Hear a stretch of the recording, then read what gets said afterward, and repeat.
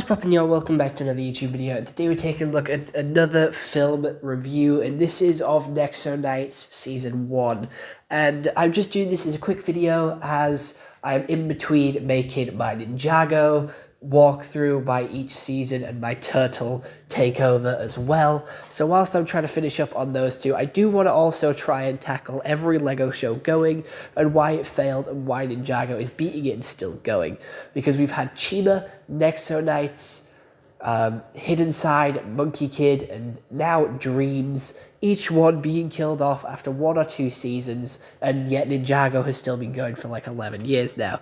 So I would like to talk about why. So we've done Chima Season 1, again the only season of Chima that I've seen. Now moving on to Season 1 of Nexo Knights, and again the only season that I've seen of Nexo Knights, and there is 5 seasons of Nexo Knights, so it did a lot better than what I remember it doing, and it did a lot better than I thought it did, and it is a lot better than Chima. So, in a medieval but futuristic world, young knights Clay, Aaron, Lance, Princess Mercy, and Axel are tasked of protecting the kingdom from Jestro and the army of lava monsters.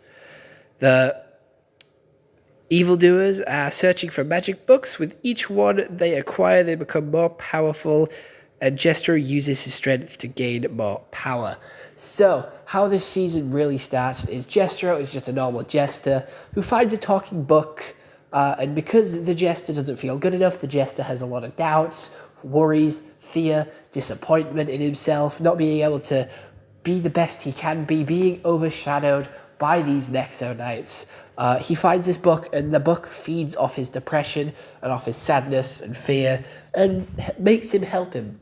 And by doing this, he gets a really cool upgrade, going from a blue and purple suit to a blue and red, and he gets a really evil-looking smile as well. He becomes evil and gets granted massive power. Clay walks in on him doing this, and then he runs away, and now they're tasked with finding multiple magic books so that he can eat them and get more powerful and take over the kingdom. That's literally it. It's just a take over the kingdom story. But he is manipulating Jestro because he can't move on his own and he needs him. But it is the book that's manipulating the jester to take over the world because he wants to get back at the knights for ruining his career. The Nexo Knights are pretty standard, and they have their own sort of stereotypes. We have Lance. He fights with a lance, and he's all popular. He's all about girls, and he likes all the attention on him. We have Princess Macy, who uses a mace, and she is the strong, independent woman. She is strong, and she doesn't like people talking down to her. She doesn't like people doubting her because she's a girl. We have Clay, who uses a sword, and he's the leader. He is blue, Lance is white, Mercy is red. Then we have Axel, who is the idiot, but he's big, buff, and strong, who fights with an axe. And his colour is orange or yellow, I don't really remember. And then we have my actual favourite, which is... I forgot his name. I just forgot his name. His name's Aaron. He is the green one, and he fights with bow and arrow. He's the cool one, he's the funny one, he's the goofy one, and he flies around on his shield. Each of these Nexo Knights do have this technologically advanced shield, which Merlin, the wizard, or the code wizard, because he's uploaded into their moving castle, which they have, and that's their vehicle. It is their destiny's bounty. And their Sensei Wu is a wizard who is actually a bunch of code and sort of lives in the castle, and he helps them out by uploading new magic, new abilities to their shield, which will help them out in their time of need. So it is like Miraculous Ladybug, where she gets like a new gift every time she comes up against an enemy. She comes up against an enemy and gets a random item which will help her. These guys get a random item in their shield that will help them for this mission. They do have 2 other sidekicks, which are 2 children. One of them commands the castle and locates the next mission, and the other is the mechanic and fixes everything. There is robot civilians as well as humans here, so it is definitely a weird take on medieval times, but because they've made it more futuristic, But it literally just goes, the series is them going from town to town, place to place, helping them, stopping Jestro and stopping him from getting the books. But obviously for it to progress, he gets most of the books barring one. He then gets that final one after an arduous battle. He then becomes all-powerful. The Nexo Knights have to step up their game and beat him. They do that, but it actually ends with them losing, and that leads on to the second season where Jestro is all-powerful. And I quite like that. I like how it ended on a cliffhanger. Again, going with Ninjago's theme of ending with a cliffhanger leading into the next season, having consequences, cause and effect. That just adds and proves that, like, you know, the show is going to be good. We have animation, which is a sort of different style, I'm going to say. It is a lot better than Ninjago at the time of this release in 2016. But it is also better than Chiba, but it's still sort of, you know, pretty bad. It isn't as detailed, but it has more detail than the last one. It has a lot more effort put into it. We have this talking book here, which looks creepy as fuck. I wouldn't want to talk to it, and I'd pretty much ignore it. Like, you know, it looks creepy as shit.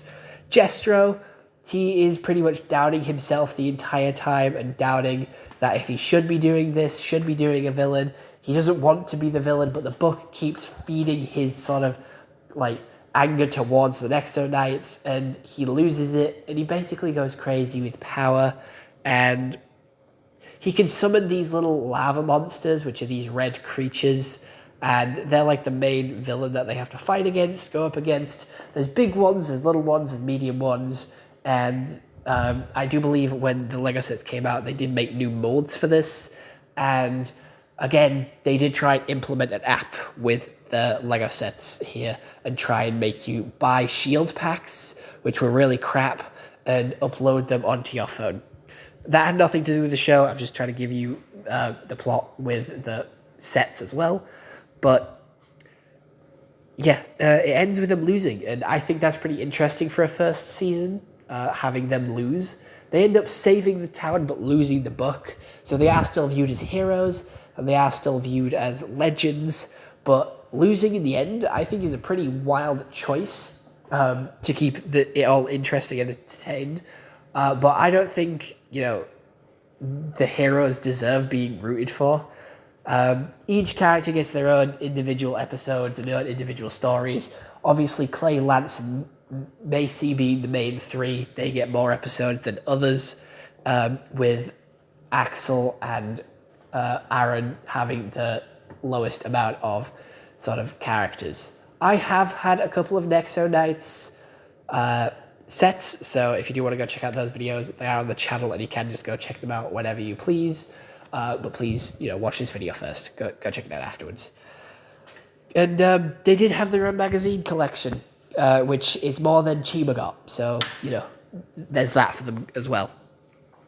Again, it got 5 seasons, and I've only seen the first one, and I am going to rate it pretty meh. It's a lot better than Chiba, but I think the characters aren't as interesting. The storyline was really good, but the characters don't do it for me. The characters are all really one note in the first season, like Aaron, the funny one, Axel, the strong, stupid one. You know, they're all stereotypes, all very one note characters, nothing too interesting.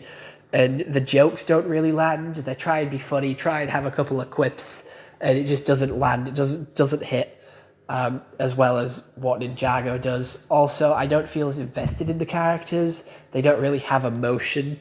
They don't really have sort of anything really going on. They're just that one-note basic characters. So I'm shocked that it even lasted this long. I would have preferred more Chiba than any more of this, to be fair. So yeah, I am going to give Nexo Knights on visuals and story alone, because the voice acting is okay. It isn't anything like excellent. It isn't anything terrible. It's okay. But what really carries it is the story and the visuals. The characters, the character designs, and the actual, you know, voice acting is okay and very stereotypical, very sort of basic, borderline characters here. We can see what they're trying to do. And it is literally just a rip of Ninjago, if I'm going to be honest, with some of the characters. They are trying to copy Ninjago's sort of pattern, and it didn't really work out in their favour. Their hair pieces also don't match what they were given, if I'm going to be honest, in actual Lego figure form. The hairs don't match at all, so there's also that to think about. I did also make Lego customs of these guys because I never actually bought any of the sets. I didn't want to get an Aaron battle pack, but I by the time that the battle packs actually came around, I lost interest in the show. And yeah, that's about it. Nexo Knights. It's a knight version of Ninjago.